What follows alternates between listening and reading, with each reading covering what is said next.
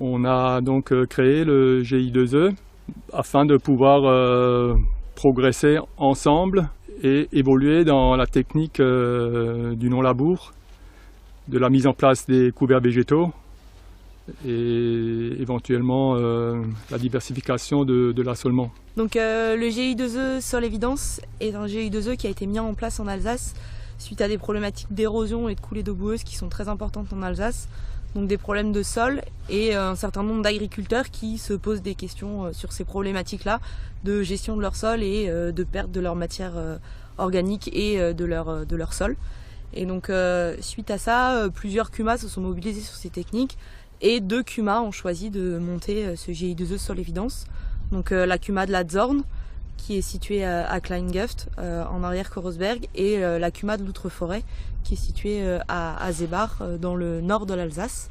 Donc avec la CUMA, on a acheté un Ecodyn qu'on a vu sur une exploitation en Allemagne et cette machine permet de faire du scalpage superficiel et aussi de semer des engrais verts avec des graines de différentes tailles.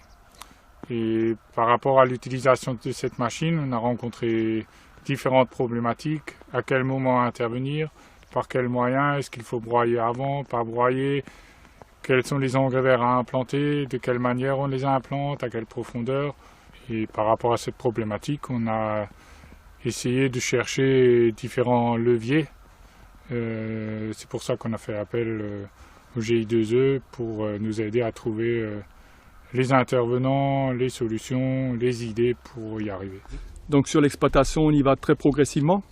On a commencé avec quelques parcelles. Donc le reste des parcelles, on a continué à en travailler en conventionnel, donc en labour. Donc pour voir comment que ça réagissait et si on pouvait le développer sans prendre trop de risques. Donc d'une part, on a commencé avec les cultures d'automne et d'autre part que sur certaines parcelles. Après, on est passé sur toutes les cultures d'automne en semi-direct ou en semi-simplifié. On a arrêté le labour complètement en 2008. Donc ça veut dire que à partir de 2008, on a commencé à implanter le maïs en non-labour. Donc ça fait des fois un peu... On a passé quelques nuits, on dormait pas trop bien. Mais ça s'est passé dans l'ensemble pas trop mal. On n'a pas fait trop de ratés.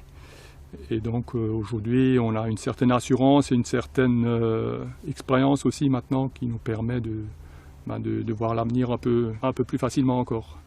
Ce qu'on a rencontré comme problématique, c'est qu'à chaque fois qu'on fait une intervention, on croit que c'est bien et en fin de compte, on se rend compte que ça a des répercussions qu'on n'avait pas soupçonnées. C'est pour ça qu'actuellement, on est en train d'organiser nos systèmes, que chaque intervention qu'on fait, c'est par rapport à la culture qu'on va implanter après. La base de cette technique, c'est forcément l'agronomie, hein, donc il faut tenir compte d'abord du sol. C'est un élément essentiel. Si on voit ça uniquement dans le sens de la simplification du travail ou gagner du temps, on n'y arrivera pas. Donc il faut voir le sol différemment. Moi j'étais laboureur auparavant. Hein. Moi je regarde le sol aujourd'hui tout à fait différemment. Avant le sol pour moi c'était un support. Hein, on passait la charrue, on émiettait et puis on semait là-dedans. Donc on pouvait toujours semer dans de bonnes conditions. Hein. Et après on ramenait ce qu'il faut pour que la plante puisse se développer. Aujourd'hui notre démarche elle est tout à fait différente, donc on essaye de travailler l'autofertilité du sol. C'est pour ça qu'on met des couverts végétaux. Donc travailler l'autofertilité et puis la structure, que la structure se fasse d'elle-même sans faire une structure avec de la ferraille. Faire la structure avec les racines des plantes.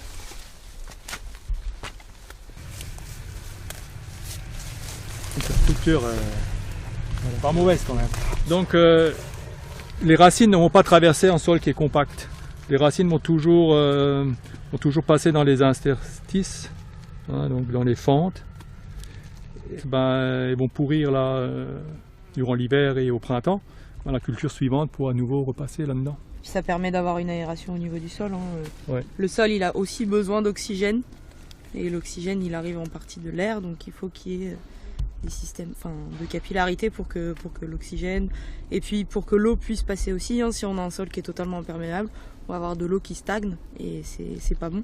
Donc d'avoir un sol qui s'effrite, c'est-à-dire qu'il y a forcément de la porosité dedans. Et de la porosité dans le sol, c'est clairement positif, quoi.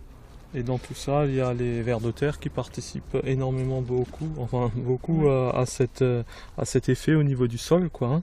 Donc en créant des galeries, donc il y a différents types de vers de terre, hein, qui vont faire soit des galeries plutôt en surface, d'autres qui vont descendre plus en profondeur. Et ça aussi, ça alimente justement la vie du sol et le bon fonctionnement à l'avenir de la plante qui va suivre. Au niveau de l'ACUMA, donc on essaye donc de développer les techniques simplifiées de travail du sol. C'est pas si évident que ça parce qu'il faut changer la mentalité non, nous on ne peut pas changer la mentalité des gens, c'est eux qui doivent changer leur mentalité s'ils veulent bien. Et donc c'est un travail d'assez longue haleine. Il y a beaucoup de réticences de certains, mais ils sont quand même, ils sont presque convaincus qu'il faut aller vers cette technique-là, mais ils n'osent pas trop. Pour essayer de rassurer les gens, donc on leur conseille plutôt d'y aller progressivement, de suivre 1 ou 2 parcelles.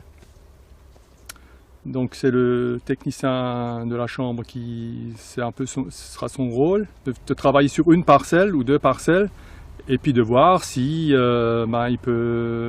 ça peut lui convenir, et puis s'il arrive à progresser tout doucement dans cette technique-là. Après, c'est aussi un peu psychologique de voir des résidus en surface. Il y a des agriculteurs qui n'ont pas l'habitude de ça et ça les freine fortement. Après, il faut essayer de les aider à surmonter cette difficulté.